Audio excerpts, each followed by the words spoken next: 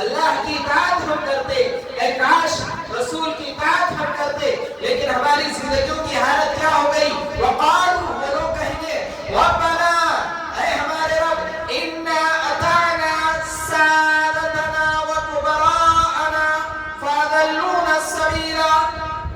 وہ لوگ کہیں گے اے ہمارے رب، ہم نے اطاعت کی سادتنا، ہمارے سرداروں کی اطاعت کی، جیسے کہ آج سرداروں کی اطاعت کی جا رہی ہے، وکبراءنا، اور ہم نے ہمارے بڑوں کی اطاعت کی، فاضلونا السبیل. ان لوگوں نے کیا کیا؟ راستے سے گمراہ کر دیا. ربنا آتِهِمْ ضِعْفَيْنِ مِنَ الْعَذَابِ، اے ہمارے رب انہیں ڈبل عذاب دے، انہیں دگنا عذاب دے. وَلْعَنْهُمْ لَعْنًا كَبِيرًا، اور ان کے اوپر بڑی لعنت. آج آنکھیں بند کر کے جو سرداروں، قائدوں، پیشواؤں کو اپنا رہبر مان کر ان کی اطاعت کی جا رہی ہے، بڑوں کی جو اطاعت کی جا رہی ہے گمراہی کے معاملے میں، شرک کے معاملے میں، بدعت کے معاملے میں، بے دینی کے معاملے میں، باطل رسم و رواج کے معاملے میں، کل کہیں ایسا نہ ہو کہ کل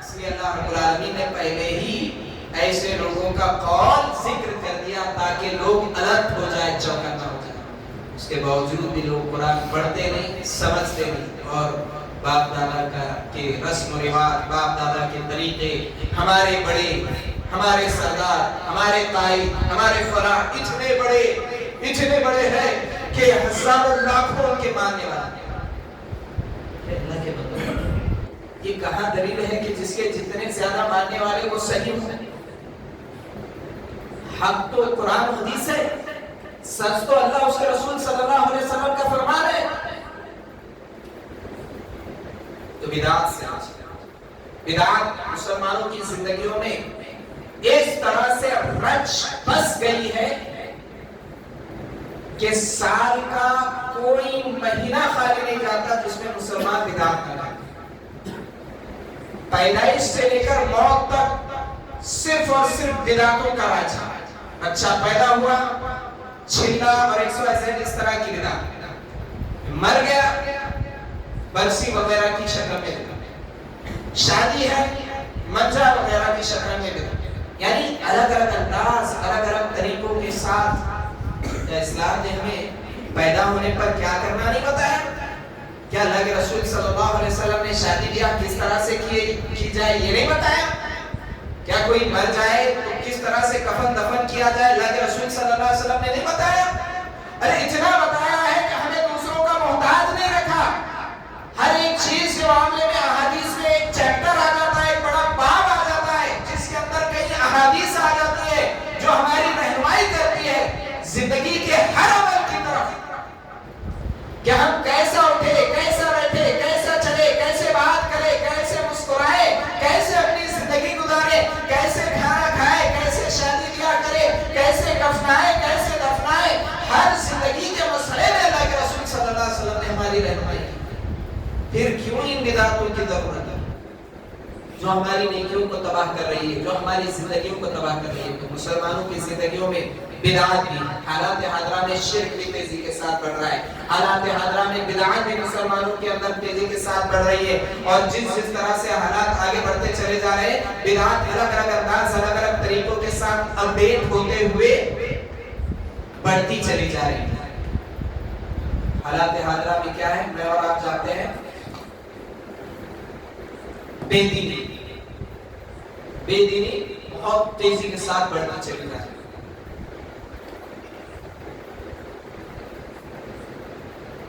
اور ہم میں سے ہر کوئی اس چیز سے واقف ہے کہ بے دینی کس طرح سے بڑھے۔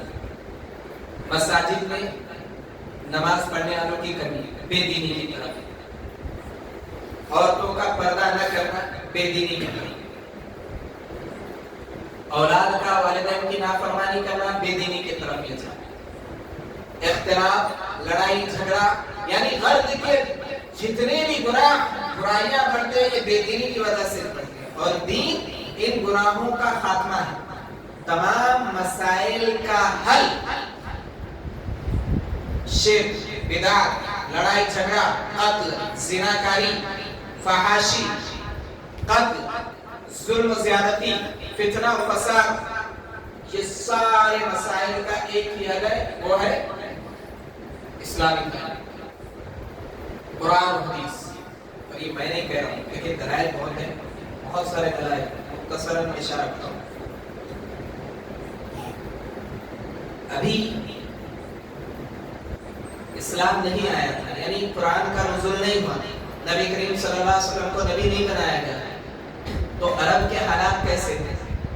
عرب کے حالات اس طرح سے پرفتن تھے کہ آج جو ہمارے حالات چل رہے ہیں اس سے کئی گنا زیادہ خوفناک، برے حالات عرب میں چل رہے تھے۔ شرک عام تھا، لڑائی جھگڑا عام تھا، زناکاری بھی عام تھی، زناکاری بھی عام تھی، چھوٹی باتوں پر جنگیں چلتی تھی، خون بہہ جاتے تھے، شراب اس طرح سے عام تھی کہ بڑے بڑے برتن شراب کے گھروں میں بھرے ہوئے ہوتے تھے۔ غرض یہ بہت سارے گناہ اس وقت رائج تھے، لیکن اللہ رب العالمین نے کسی خاص گناہ کو اس وقت نہیں روکا، بلکہ اللہ رب العالمین نے سب سے پہلے جو وحی نازل کی نبی کریم صلی اللہ علیہ وسلم کو نبی بنا کر، وہ علم کی، اسلامی تعلیمات کی تھی۔ وہ کون سی آیت ہے جو قرآن مجید نے سب سے پہلے نازل کی؟ سورۃ العلق کی شروع کی پارٹ ہے، جس میں اللہ رب العالمین نے، دیکھیں اس میں بھی بڑی جامعیت ہے۔ اللہ رب العالمین نے کہا اقرأ، پڑھو۔ کیا پڑھو؟ اگر کوئی فزکس پڑھ رہا ہے، کوئی کیمسٹری پڑھ رہا ہے، کوئی میتھس پڑھ رہا ہے، کوئی سول انجینئرنگ پڑھ رہا ہے، کافی ہے؟ نہیں ہے۔ کیوں کافی نہیں ہے؟ کیونکہ اللہ رب العالمین نے کیا کہا؟ اقرأ بسم ربک الذی خلق، پڑھو اپنے اس رب کے نام سے جس نے تمہیں پیدا کیا۔ سب سے پہلے رب کی معرفت ہے۔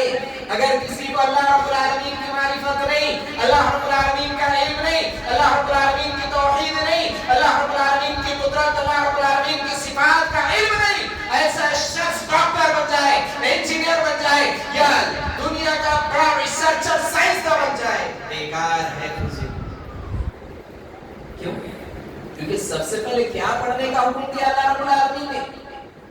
اقرأ، پڑھو، بسم ربک الذی خلق، اپنے رب کے نام سے پڑھو جس نے تمہیں پیدا کیا۔ تو ظاہر سی بات ہے، اب پہلے جاننا ہوگا کہ کس نے پیدا کیا، کیوں پیدا کیا، تبھی تو معلوم ہوگا کہ پیدا کرنے والا صرف اللہ رب العالمین۔ کیوں پیدا کیا؟ عبادت کے لیے پیدا کیا۔ تو سب سے پہلے توحید کا علم، اسلامی کے لیے، قرآن حدیث کا علم، فَاعْلَمْ أَنَّهُ لَا إِلَٰهَ إِلَّا هُوَ. اللہ رب العالمین کہتا ہے جان لو اللہ کے علاوہ کوئی معبود کا.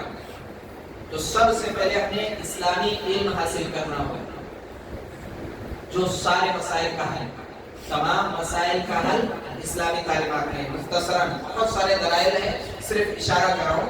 جیسے میں اور آپ جانتے ہیں آج قتل بہت تیزی کے ساتھ بڑھتا چلا جا رہا ہے. قتل بہت تیزی کے ساتھ بڑھتا چلا جا رہا ہے. کوئی دن خالی نہیں جاتا جس میں اخبار میں یا ٹی وی نیوز میں یہ نیوز نہ آتی ہو کہ فلاں فلاں کا قتل کر دیا ہے. اللہ رب العالمین نے قرآن مجید سورۃ البقرہ آیت نمبر 182 یعنی 179 میں اللہ رب العالمین نے کہا وَلَكُمْ فِي الْقِصَاصِ حَيَاةٌ يَا أُولِي الْأَلْبَابِ. تمہارے لیے قصاص میں زندگی ہے اے عقل مندو. اللہ رب العالمین نے قاتل کی سزا یہ رکھی کہ اسے قتل کر دیا جائے. اب قتل کرنے والا بدلے میں اسے قتل کر دیا جائے تو قتل کا سلسلہ بڑھے گا یا رک جائے گا، ختم ہو جائے گا؟ ظاہر سی بات ہے قتل کا سلسلہ ہی ختم ہو جائے گا. کیوں؟ کیونکہ قتل کرنے والے کو معلوم ہوگا کہ اگر میں قتل کیا کسی کو تو مجھے بھی قتل کر دیا جائے گا، میں بھی نہیں بچوں گا. تو سلسلہ ختم ہو جائے گا، رک جائے گا. آج کیا معاملہ ہے؟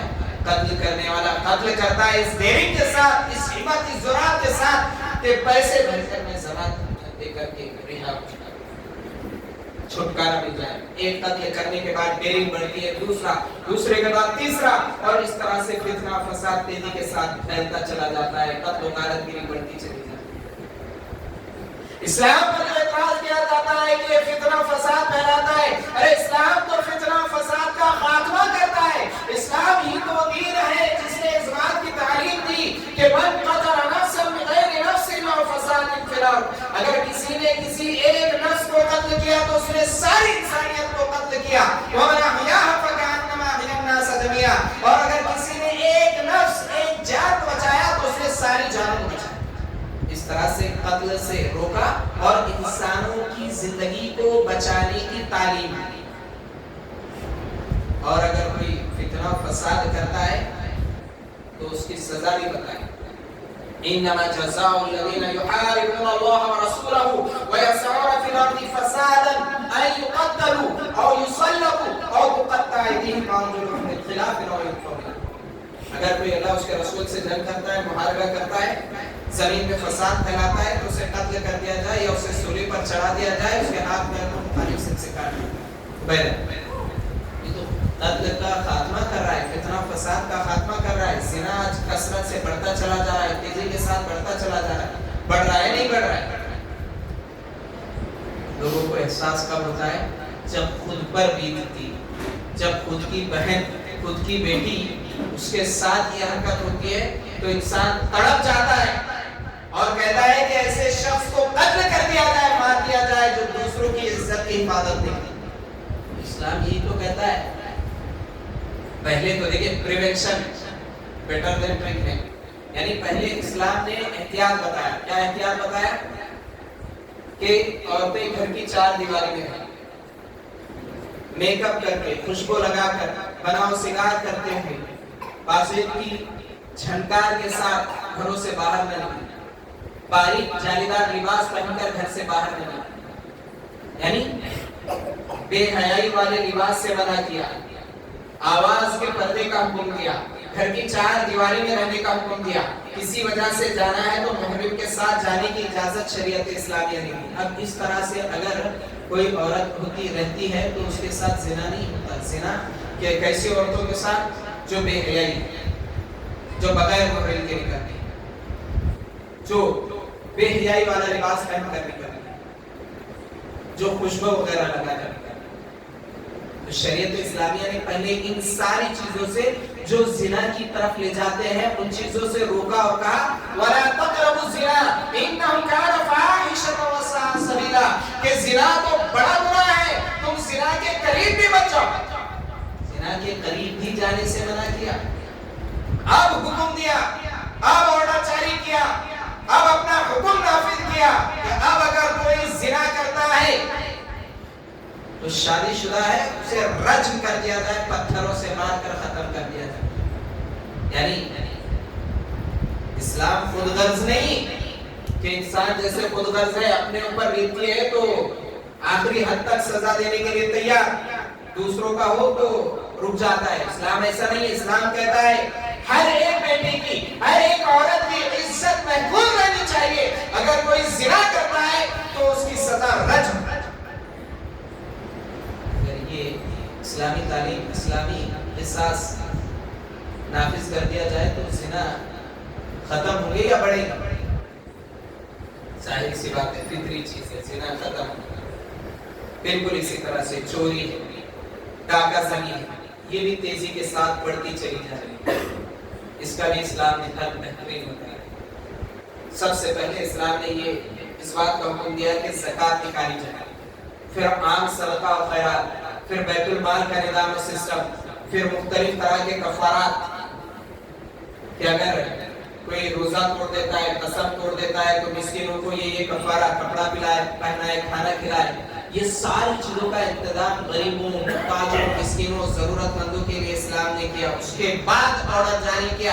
اب اگر کوئی چوری کرتا ہے تو اس کا ہاتھ کاٹ دیا. تمام مسائل کا حل قرآن.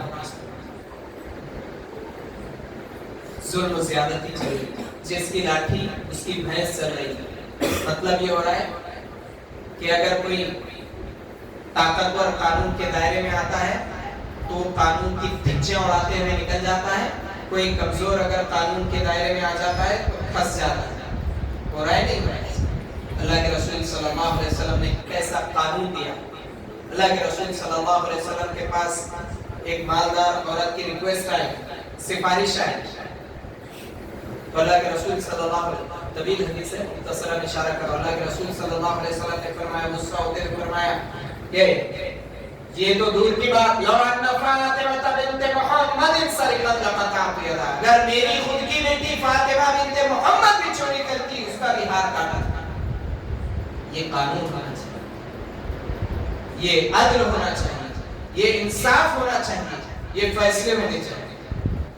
تب ظلم و زیادتی، رشوت، لوٹ، چوری، یہ سارے گناہ چلائے. تو بہرحال عرب میں اس وقت بہت سارے گناہ رائج تھے، لیکن اللہ رب العالمین نے سب سے پہلے پڑھنے کا حکم دیا، اسلامی تعلیمات کو پڑھنے کا. اللہ رب العالمین کی تعلیمات کو پڑھنے کا حکم دیا، اس لیے کہ اسلامی تعلیمات سارے کے سارے مسائل کا حل ہے.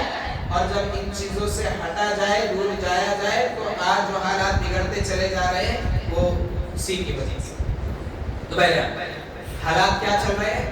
حالات یہ چل رہے ہیں کہ آج پوری کی پوری باطل طاقتیں ایڑی چوٹی کا زور لگا کر مسلمانوں کے خلاف سب بستا ہے نہیں؟ اور کیوں نہ، جس کی پیشن گوئی خود اللہ رب العالمین نے قرآن مجید 10واں پارہ سورہ توبہ میں اللہ رب العالمین نے کی. آیت نمبر 32-33 میں اللہ رب العالمین نے ذکر کیا. اس کے علاوہ اور دوسری جگہ بھی اللہ رب العالمین نے ذکر کیا، یریدون ان یطفئوا نور اللہ بافواہہم ویأبی اللہ الا ان یتم نورہ ولو کرہ الکافرون والذی ارسل رسولہ بالہدی ودین الحق لیظہرہ علی الدین کلہ ولو کرہ المشرکون. دوسری جگہ ہے ولو کرہ الکافرون. اللہ رب العالمین کہتا ہے یریدون ان یطفئوا نور اللہ بافواہہم، وہ لوگ اللہ رب العالمین کے نور کو، اللہ رب العالمین کے نور کو بجھانا چاہتے ہیں. واللہ متم نورہ ولو کرہ الکافرون، اور اللہ رب العالمین اپنے نور کو مکمل کر کے رہے گا اگرچہ کافر لوگ اسے ناپسند کریں. والذی ارسل رسولہ بالہدی، وہی ذات ہے جس نے رسول کو ہدایت کے ساتھ، دین حق کے ساتھ بھیجا. لیظہرہ علی الدین کلہ، تاکہ تمام ادیان پر غالب. ولو کرہ المشرکون، اگرچہ مشرک لوگ اسے ناپسند. تو آیتوں سے پتہ یہ چلا کہ کافر اور مشرک لوگ اللہ رب العالمین کے دین، اللہ رب العالمین کے نور، توحید و سنت کو مٹانے کی کوشش کرتے رہے ہیں، کر رہے ہیں اور قیامت تک کرتے رہے. وَمَكَرَ اللَّهُ وَاللَّهُ خَيْرُ الْمَاكِرِينَ. الگ الگ انداز، الگ الگ طریقوں کے ساتھ جیسے کہ میں اور آپ جانتے ہیں. اس سے پہلے NRC کا مسئلہ چلا تھا. وہ کوئی آج کی نئی پیداوار نہیں جو ہمارے سامنے ہے، بلکہ اس سے پہلے بھی قوم والوں نے انبیاء کرام کو، ایمان والوں کو اسی طرح کی دھمکیاں دی، جس کا ذکر اللہ رب العالمین نے قرآن مجید سورہ ابراہیم میں اللہ رب العالمین نے ذکر کیا. وقال الذین کفروا، کافر لوگوں نے کہا لَنُخْرِجَنَّكُم مِّنْ أَرْضِنَا أَوْ لَتَعُودُنَّ فِي مِلَّتِنَا، ہم تمہیں ضرور ہماری زمین سے نکال دیں گے. اگر زمین سے ہماری نہیں نکلنا ہے تو کیا کرو؟ أَوْ لَتَعُودُنَّ فِي مِلَّتِنَا، ہماری ملت کی طرف لوٹو. آج یہی ہو رہا ہے، یہ کہا جا رہا ہے. ایمان اسلام کی بنیاد پر نکالنے کی کوشش کی جا رہی ہے، کفر شرک کی بنیاد پر سمیٹنے کی کوشش کی جا رہی ہے. حالات حاضرہ کیسے چل رہے ہیں؟ میں اور آپ جانتے ہیں حالات اس طرح سے چل رہے ہیں کہ ہر باطل طاقتیں مسلمانوں کے خلاف سب بس رہی ہیں. مسلمانوں کو نقصان پہنچانے کی، اسلام کو بدلنے کی، مسلمانوں کو اسلامی تعلیمات سے روکنے کی پوری کوشش کر رہے ہیں. الزام ہمارے اوپر لگایا جا رہا ہے، اس کے پیچھے سازش پلاننگ ان لوگوں کی چل. جیسے لو جہاد کا الزام لگایا گیا مسلمان کہ اسلام لو جہاد کا حکم دیتا ہے، حالانکہ اسلام لو جہاد کا حکم نہیں دیتا ہے. اسلام تو یہ کہتا ہے کہ مسلمان سے نکاح کرے گا، ایک مسلمان کافر سے نکاح نہیں کر سکتا. الزام لگایا جا رہا ہے اور اس کے پس پشت، اس کے پیچھے پلاننگ، سازش، مکر، چالیں چلی جا رہی ہے، جس کے نتائج، جس کے رزلٹ ان دنوں میں اس طرح سے ہم لوگوں کے سامنے آ رہے ہیں کہ بڑی تیزی کے ساتھ مسلمان لڑکیاں اسلام سے ہٹ کر کفر کا راستہ اختیار کر رہی ہیں، مرتد ہو رہی ہیں، جس سے ہر کوئی واقع، ہر کوئی اخبارات دیکھ رہا ہے، سوشل میڈیا پر نظر ہے. کورٹ میں جا کر دیکھا جائے تو کئی ایسے واقعات سامنے آتے ہیں کہ لڑکا غیر مسلم ہے، لڑکی مسلم ہو رہا ہے. نہیں کیوں؟ کئی اسباب، کئی وجوہات ہیں. یہ بھی ایک الگ ٹاپک ہے. مختصراً یہ کہ سب سے پہلی چیز بے دینی، کیونکہ جب دین آتا ہے تو انسان مر سکتا ہے، انسان کٹ سکتا ہے، لیکن دین سے، ایمان سے، توحید سے نہیں ہٹ سکتا. جیسے بلال نے تبتی ہوئی ریت پر لٹایا جاتا ہے اسلام سے ہٹنے کے لیے. تبتی ہوئی ریت کو برداشت کر لیتے لیکن حد کے نعرے نہیں چھوڑتے. آج کیا حالت ہے؟ کوئی اتنا ظلم اور زیادتی میں اتنا مجبور بھی نہیں کر رہا ہے، لیکن بے دینی اس طرح سے بڑھ چکی ہے، لاپرواہی اس طرح سے والدین کی جانب سے ہو رہی ہے کہ مسلمان لڑکیاں غیروں کے ساتھ نکاح کر رہی ہیں، اسلام سے ہٹ رہی ہیں. اس میں بھی بڑی چیزیں، ایک مختصر چھوٹا سا پوائنٹ آپ کے سامنے رکھتا ہوں.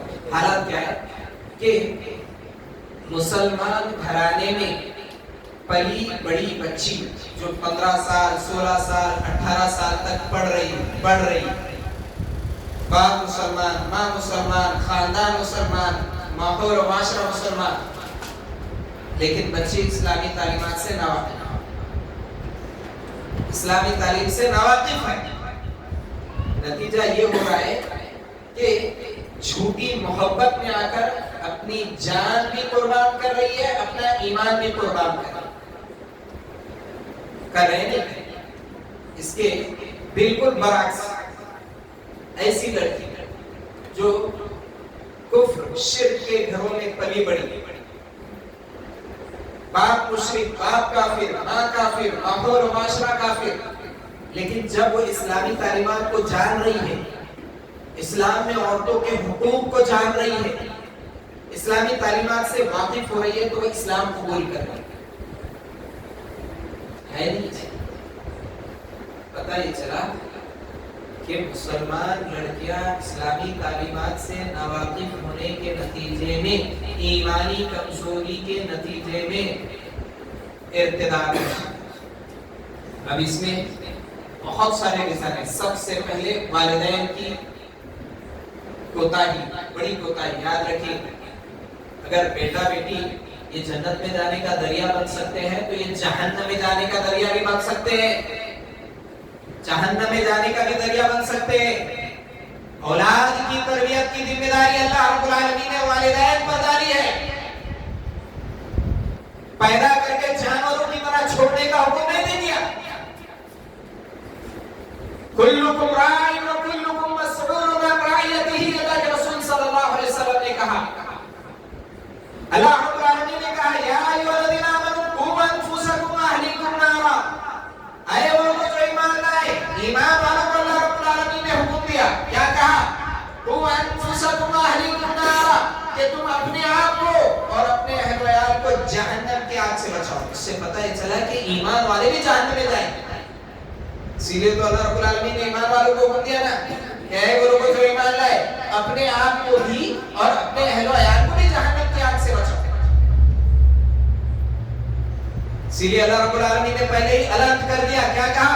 یا ایھا الذین آمنوا، اے وہ لوگ جو ایمان لائے، لا تلہکم اموالکم ولا اولادکم عن ذکر اللہ، تمہارا مال اور تمہاری اولاد کہیں اللہ رب العالمین کے ذکر سے تمہیں ہلاکت میں نہ ڈال دے۔ اسی لیے اللہ رب العالمین نے کہا، یا ایھا الذین آمنوا ان من ازواجکم واولادکم عدوا لکم فاحذروہم، اے وہ لوگ جو ایمان لائے، تمہاری بعض بیویاں، بعض اولاد عدوا لکم، تمہارے دشمن ہے، فاحذروہم، تم ان سے بچو۔ کیوں ایمان والوں کو اللہ نے کہا، اور کیوں یہ دلائل قرآن و حدیث میں پیش کیے؟ کیا آج ہر کوئی پیرنٹس، ہر کوئی ذمہ دار اس چیز غور فکر کرے؟ آج حالات کیا ہے؟ بے دینی، جو لڑکیاں مرتب ہو رہی ہیں، ان کی زندگیوں کا جائزہ لیا جائے تو سب سے پہلے ان کی زندگیوں میں اسلام صرف براہ نام ہے، یعنی نام کے مسلمان، اسلامی تعلیمات سے ناواقف ہے، جس کے نتیجے میں کفر و شرک کا راستہ اختیار، پھر ان کے اوپر نظر نہیں۔ اسلام پڑھانے سے نہیں روکتا ہے، لیکن وہ پڑھائی کیا ہو کہ جو ایمان چھین لے، جو عزت چھین لے، جو جان چھین لے۔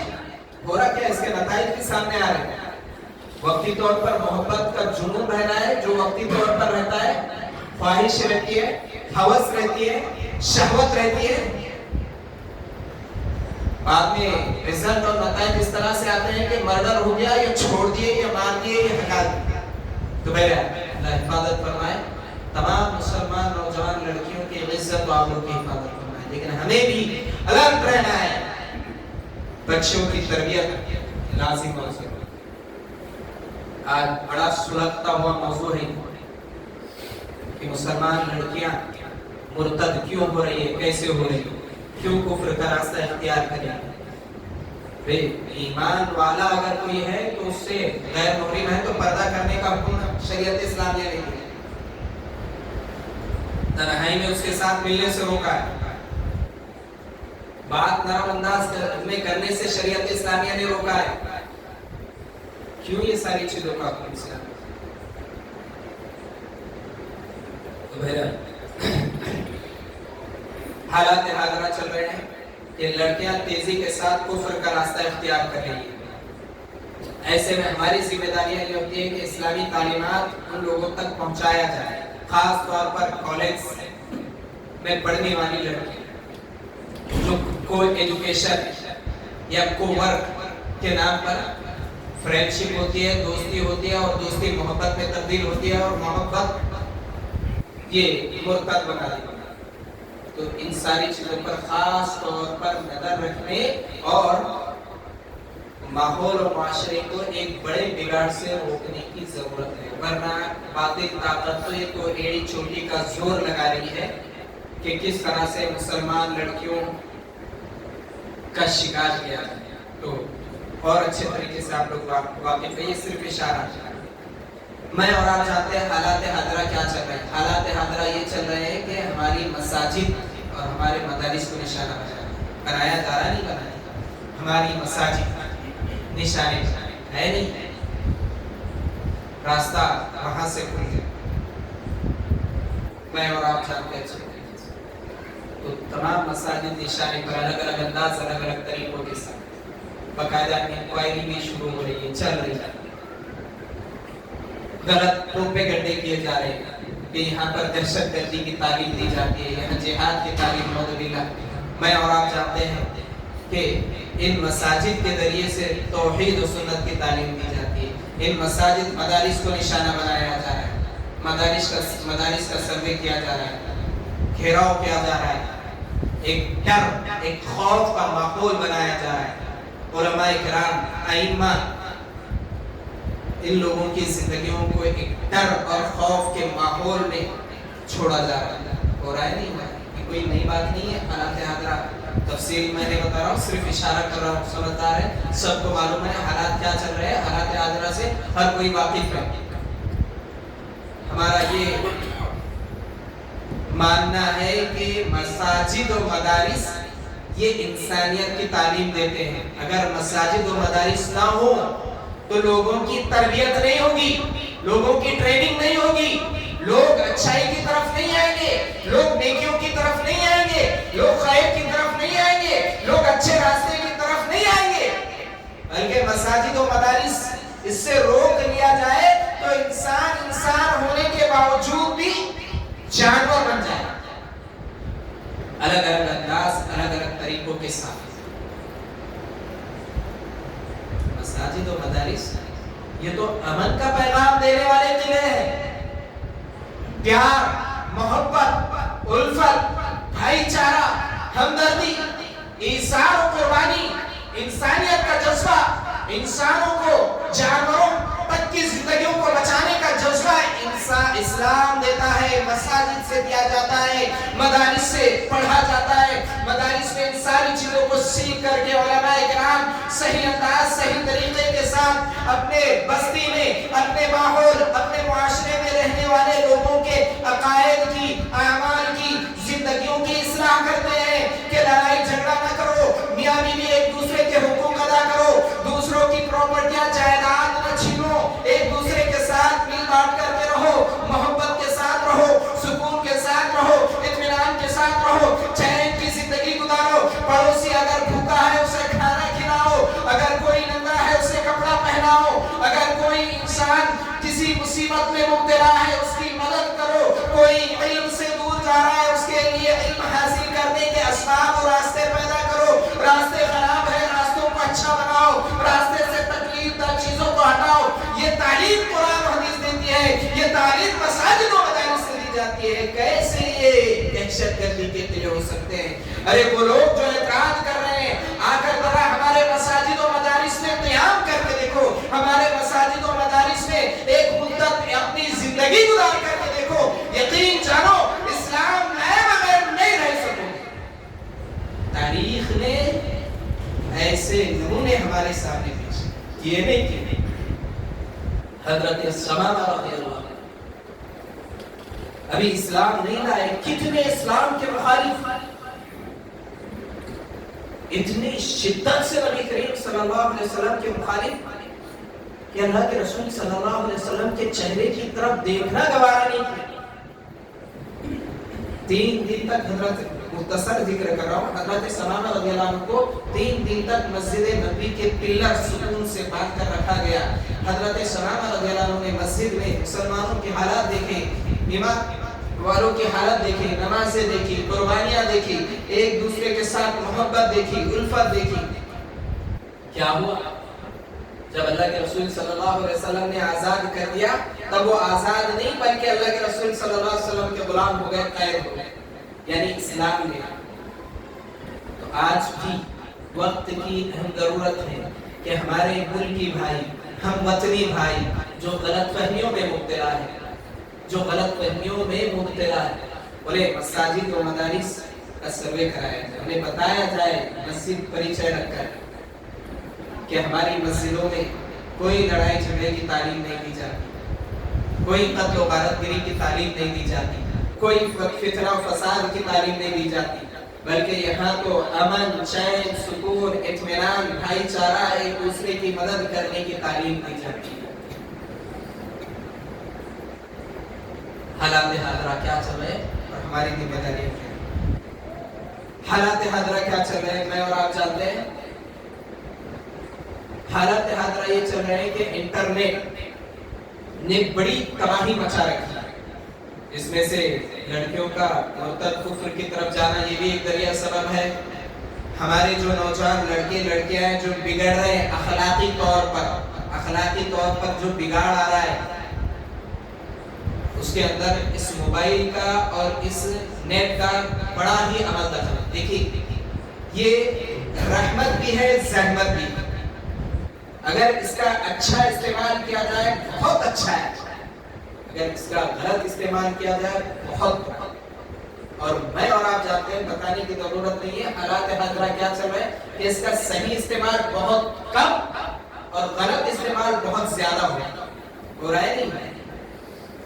صحیح استعمال بہت کم، غلط استعمال بہت زیادہ ہو رہا ہے۔ تو ایسے میں ہمارا کام یہ ہے، ہماری ذمہ داری یہ ہے کہ ہم اس کا صحیح استعمال کریں، دوسروں کو صحیح استعمال کی تعلیم دیں۔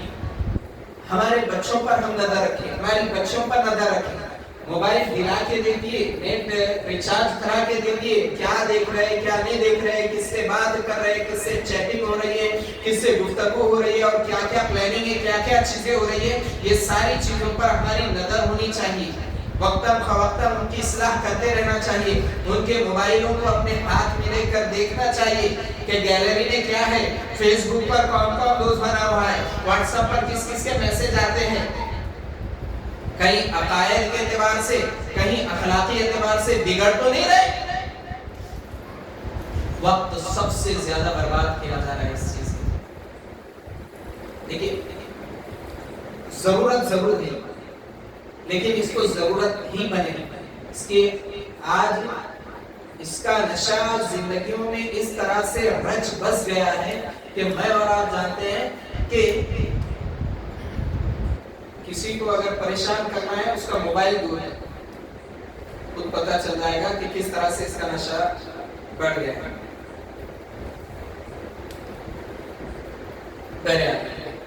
آج اس کے ذریعے سے بھی بہت ساری برائیاں پھیلائی جا رہی ہیں۔ یہی وجہ ہے کہ آج آٹا مہنگا ہوتا جا رہا ہے اور ڈاٹا سستا ہوتا جا رہا ہے۔ اس کے علاوہ اور بہت سارے حالات حاضرہ میں اختلافات کی کثرت کیسے کہ میں اور آپ جانتے ہیں کہ مسلمانوں کے درمیان اختلاف، بھائیوں کے درمیان اختلاف، ہم مکتب ہم منہج لوگوں کے درمیان اختلاف، چھوٹی چھوٹی باتوں پر اختلاف، یہ اختلاف تباہ و برباد کر دیتا ہے، یہ اختلاف تباہ و برباد کر دیتا ہے، یہ اختلاف ذلت و رسوائی ہے۔ ایسے الگ الگ بہت سارے دلائل ہیں، مختصراً یہ کہ جنگ احد کا معاملہ، اللہ کے رسول صلی اللہ علیہ وسلم نے صحابہ کرام کو ایک جماعت کو حکم دیا کہ وہ پہاڑ کی چوٹی پر رہے اور نیچے نہ آئے۔ اب جب جنگ ہوئی تو اوپر والوں نے دیکھا کہ مسلمان جیت رہے ہیں، اوپر والے بغیر اللہ کے رسول صلی اللہ علیہ وسلم کی اجازت اور حکم کے اختلاف آپس میں لوگوں کے درمیان ہوا اور وہ لوگ نیچے آئے۔ ایسی جنگ جو جیت رہے تھے وہ شکست میں تبدیل ہوئی، جس میں اللہ کے رسول صلی اللہ علیہ وسلم کے دانت مبارک بھی شامل۔ تو اختلاف یہ فتح کو شکست میں بدل دیتا ہے۔ آج جو ہماری حال ہو رہی ہے وہ اختلاف کی وجہ سے، اور کیوں نہ ہو، اللہ رب العالمین نے واضح طور پر اس چیز کا حکم دیا کہ اطیعوا اللہ و رسولہ، اللہ کی اطاعت کرو اور اس کے رسول کی اطاعت کرو، ولا تنازعوا، تنازع نہ کرو، اختلاف و انتشار نہ کرو۔ اگر اختلاف و انتشار کرو گے فتفشلوا وتذهب ريحكم، تو تم بزدل ہو جاؤ گے اور تمہاری ہوا پھٹ جائے گی۔ اور آج حالات یہ نہیں۔ حالات حاضرہ کیا ہے؟ حالات حاضرہ یہ ہے کہ آج دنیا سے بہت زیادہ محبت اور موت سے نفرت ہے۔ آج صبح شام ایک ہی فکر، مال کی فکر، رات میں جلدی سونا ہے اس نیت سے نہیں کہ فجر کی نماز کو اٹھنا ہے، اس لیے سونا ہے کہ مال و دولت کمانے کے لیے جانا ہے۔ صبح اٹھتا ہے اللہ رب العالمین کی عبادت کی فکر نہیں، نماز کی فکر نہیں، اللہ کے ذکر کی فکر نہیں، توحید کی فکر نہیں، سنت کی فکر نہیں، ایمان کی فکر نہیں، بلکہ کمائی کی فکر۔ اب چاہے حلال راستے سے آئے یا حرام راستے سے، یہ دنیا کی محبت تباہ و برباد کر رہی ہے۔ اور قیامت کی نشانی میں سے اللہ کے رسول صلی اللہ علیہ وسلم نے فرمایا، طویل حدیث ہے، اللہ کے رسول صلی اللہ علیہ وسلم نے فرمایا کہ قیامت کے قریب غیر قومیں مسلمانوں پر اس طرح سے ٹوٹ پڑے گی جس طرح سے ایک بھوکا دسترخوان پر ٹوٹ پڑتا ہے۔ دیکھیے اللہ کے رسول صلی اللہ علیہ وسلم کو جہاں بہت ساری خصوصیات فضیلتیں دی گئی تھی، اس میں سے ایک فضیلت یہ بھی تھی کہ فضلت علی الانبیاء بست، مجھے دیگر انبیاء کے مقابلے میں 6 چیزوں کی وجہ سے اور فضیلت دی گئی، اس میں سے اوتیت جوامع الکلم، جوامع الکلم عطا کیے گئے تھے، یعنی بات مختصر ہوتی تھی لیکن معنی مطلب کے اعتبار سے بہت زیادہ وسعت رکھتی تھی۔ یہ حدیث میں بھی اللہ کے رسول صلی اللہ علیہ وسلم نے بہت پیاری مثال دے کر فرمایا، کیا کہا؟ قیامت کے قریب غیر قومیں مسلمانوں پر ٹوٹ پڑے، آج ٹوٹ پڑ رہی نہیں، اللہ کے رسول صلی اللہ علیہ وسلم نے مثال دے کر فرمایا، کیسے؟ ایسے ٹوٹ پڑے گی جیسے بھوکا دسترخوان پر ٹوٹ پڑتا ہے، جیسے بھوکا دسترخوان پر ٹوٹ پڑتا ہے۔ جب انسان کو بھوک لگتی ہے تو سارے کاموں کو چھوڑ کر سب سے پہلے کھانے کی فکر کرتا ہے نہیں کرتا ہے؟ آج غیر قوموں کی حالت یہ، اسی طرح بھوکے ہو کر کے مسلمانوں پر کیسے؟ جیسے دسترخوان پر، یعنی ہماری مثال دسترخوان سے لی ہے، اور دسترخوان پر کوئی بھی چیز کب آتی ہے؟ دسترخوان پر کوئی بھی چیز اس وقت آتی ہے جب وہ اپنی اصل سے، جب وہ اپنی حقیقت سے ہٹ جاتی ہے، تب وہ دسترخوان پر آ جاتی ہے۔ جیسے بکرا، بکری، گوشت وغیرہ جو ہے اپنی اصلی حالت سے جب ہٹ جاتا ہے، کٹ جاتا ہے، تب جا کر دسترخوان پر آتا ہے۔ تو مسلمانوں کی بھی یہ حالت ہوگی کہ اپنی اصلی حالت سے ہٹ جائیں گے، توحید و سنت سے ہٹ جائیں گے۔ صحابہ کرام نے بھی عرض کیا، اللہ کے رسول صلی اللہ علیہ وسلم کیا اس وقت مسلمانوں کی تعداد نہیں ہوگی؟ اللہ کے رسول صلی اللہ علیہ وسلم نے فرمایا کہ تعداد تو بہت زیادہ ہوگی۔ صحابہ کرام نے کہا کہ مسلمانوں کی تعداد بہت کم ہوگی؟ اللہ کے رسول صلی اللہ علیہ وسلم نے کہا نہیں، بلکہ مسلمانوں کی تعداد تو بہت زیادہ ہوگی، سمندر کے جھاگ کے برابر ہوگی، یعنی بہت زیادہ مسلمانوں کی تعداد ہوگی، لیکن ان کے دلوں میں وہن پیدا ہو جائے۔ صحابہ کرام نے عرض کیا، وَمَا الْوَحْنُ یا رسول اللہ، اے اللہ کے رسول صلی اللہ علیہ وسلم وہن کیا ہے؟ یہ کون سی بیماری ہے؟ اللہ کے رسول صلی اللہ علیہ وسلم نے فرمایا، حب الدنیا کراہیت الموت، دنیا کی محبت اور موت سے نفرت۔ آج یہ حقیقت ہے، آج یہ حقیقت ہے۔ اگر موت سے محبت ہوتی اور دنیا سے نفرت ہوتی تو مسلمان کامیاب ہوتے، لیکن آج اس کے بالکل برعکس، دنیا سے محبت۔ کہا صبح شام اٹھتے بیٹھتے چلتے پھرتے صرف دنیا کی فکر ہے، حالانکہ ہر کسی کو معلوم ہے اللہ نے قانون بنایا ہے کہ دنیا کوئی ساتھ لے کر نہیں گیا۔ مال و دولت جتنا ہی کمانا ہے، پراپرٹی جتنی بھی کمائی جائے، جائیداد کتنی بھی جمع کی جائے، بیلنس کتنا بھی جمع کیا جائے، مرنے کے بعد انسان کو یہی چھوڑ کر جانا ہے۔ اس کے باوجود بھی دنیا کی اور موت سے نفرت۔ کیا موت سے کوئی بچ سکا ہے؟ موت تو آنا ہی ہے، کل نفس ذائقۃ الموت، ہر نفس کو موت کا مزہ چکھنا ہے، اور موت کب آئے گی کسی کو کوئی پتہ نہیں، کوئی یہ دعویٰ نہیں کر سکتا کہ نہیں میں نہیں مروں گا بھی۔ کتنے لوگ ہیں اور آپ جانتے ہیں پچھلے سال ہمارے ساتھ موجود تھے ہوں گے اور آج کی تاریخ میں موجود ہیں، کتنوں کے بارے میں سوچا بھی نہیں تھا ہم نے کہ یہ تو جوان ہے، یہ تو بچہ ہے۔ موت جب آتی ہے تو نہ بچہ دیکھتی ہے، نہ جوان دیکھتی ہے، نہ طاقتور دیکھتی ہے، نہ کمزور دیکھتی ہے۔ ایمان کے موت سے محبت، دنیا سے، وہ دنیا تو ہمارے لیے قید خانہ ہے۔ اللہ کے رسول صلی اللہ علیہ وسلم نے فرمایا الدنیا سجن المؤمن و جنت الکافر، دنیا مومن کے لیے قید خانہ ہے اور کافر کے لیے جنت۔ یہ دنیا کی مثال اللہ کے رسول صلی اللہ علیہ وسلم نے فرمائی، مَا الدُّنْيَا فِي الْآخِرَةِ إِلَّا كَمَا يَجْعَلُ أَحَدُكُمْ إِصْبَعَهُ هَٰذِهِ فِي الْيَمِّ فَلْيَنظُرْ بِمَا يَرْجِعُ۔ دنیا کی مثال آخرت کے مقابلے میں ایسی ہے جس طرح سے یہ سمندر، یہ آخرت کی مثال، اور اس کے اندر انگلی نکال کر دیکھے انگلی پر جو بوند دو بوند پانی جمع ہوا ہے وہ دنیا کی مثال، اس کے باوجود بھی آج لوگ دنیا کو ترجیح دے رہے ہیں۔ اللہ رب العالمین نے قرآن مجید میں نقشہ بیان کیا، بل تؤثرون الحیات الدنیا والآخرۃ خیر وابقا، تم لوگ دنیاوی زندگی کو ترجیح دیتے ہو حالانکہ آخرت خیر بہتر ہے، وابقا اور ہمیشہ ہمیشہ باقی رہنے والی قائم ہے۔